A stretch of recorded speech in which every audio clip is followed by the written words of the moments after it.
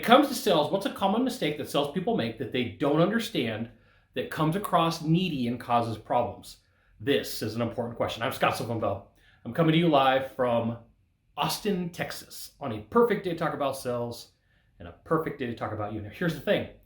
What I see on a consistent basis is salespeople think that by them asking questions that they're keeping the buyer engaged. Now, there is such a thing as good questions and there is such a thing as bad questions. And a good question is one that's well thought out and has a point. A bad question, on the other hand, is one of those questions where salespeople just use the ability to talk to eat up time. And so what will happen is a salesperson, as they get nervous, will just start rattling off who, what, when, where, why, how questions to a buyer when that shouldn't be done. Right? There should be a reason that you ask every question in your sales process. Now, I understand there are times where you lose momentum and you go into free fall and you're like, I don't know what to do. Okay? Well, if you're going to have that happen, you should sit down.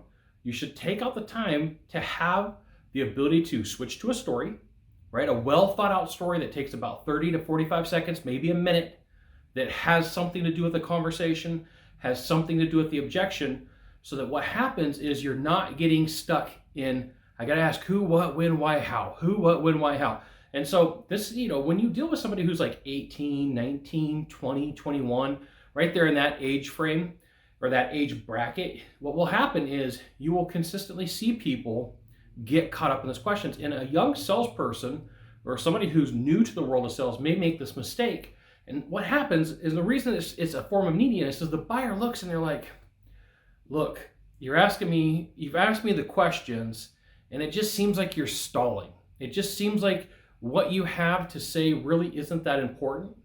And so the buyer starts pulling back. They start going, there's something wrong here. There's an issue. And then they start finding reasons to give an objection. So there's probably been a time where you've been in a sales presentation where you're meeting with a buyer and then things like it seems like everything's going right. You're asking questions and then all of a sudden you lose them. It could be because you went too far with the questions and they weren't well thought out.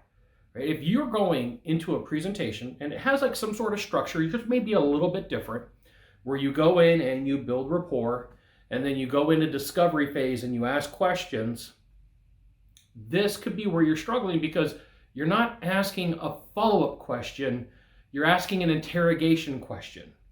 You're asking a question that's causing the person to go,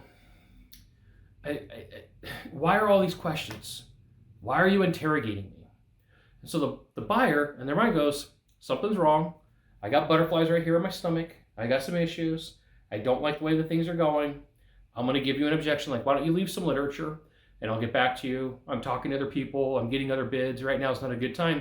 And chances are good you could have swung that deal and made it happen if you took the time to think through the questions that you were supposed to ask and made some things happen. There you go. You got one thing to do from here, just one thing. Find the subscribe button, click on it. Every time I send out a video, you'll get an update. This is Scott Bell Consultant sending a fantastic video, probably from a cool location. Today, I'm in Austin, Texas. We'll see you soon. Thanks for dropping by. Aloha.